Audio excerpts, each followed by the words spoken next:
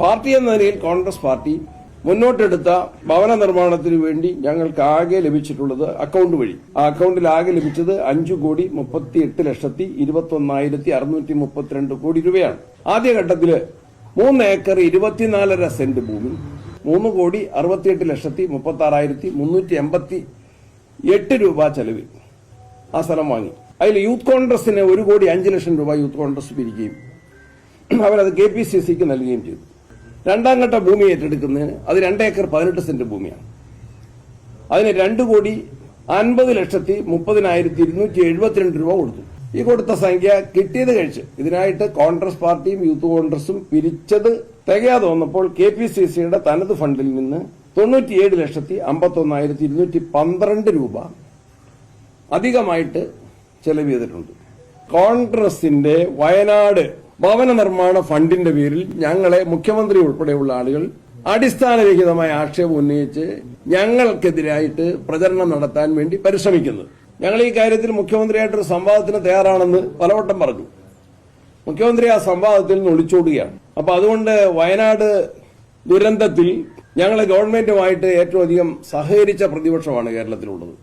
73,90,985 രൂപ കൂടി ഈ ഭൂമിയുടെ രജിസ്ട്രേഷനും അതിന്റെ സർവേ ഉൾപ്പെടെയുള്ള EDS, കോണ്ടൂർ സർവേ, മുദ്രപത്രം, രജിസ്ട്രേഷൻ ആവശ്യങ്ങൾക്കെല്ലാം കൂടിയായിട്ട് 73,90,985 കോടി രൂപ കൂടി ആവശ്യമുണ്ട്.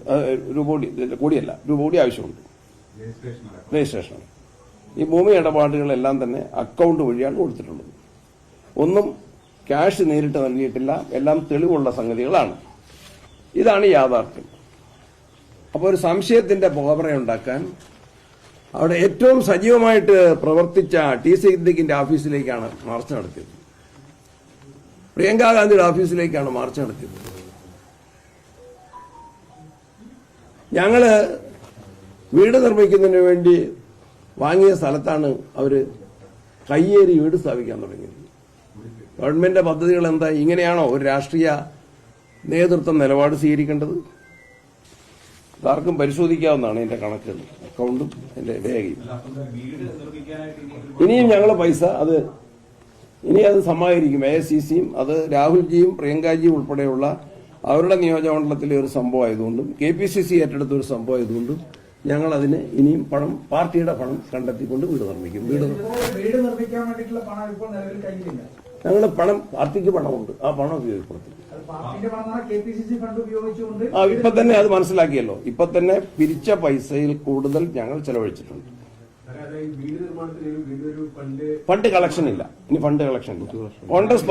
കോൺഗ്രസ് പാർട്ടിയുടെ അതാ ഞാൻ പറഞ്ഞു, തനത് ഫണ്ടെന്ന് പറഞ്ഞാൽ കോൺഗ്രസ് പാർട്ടിക്ക് അല്ലാതെയുള്ള ഫണ്ട് ഉപയോഗിച്ചു.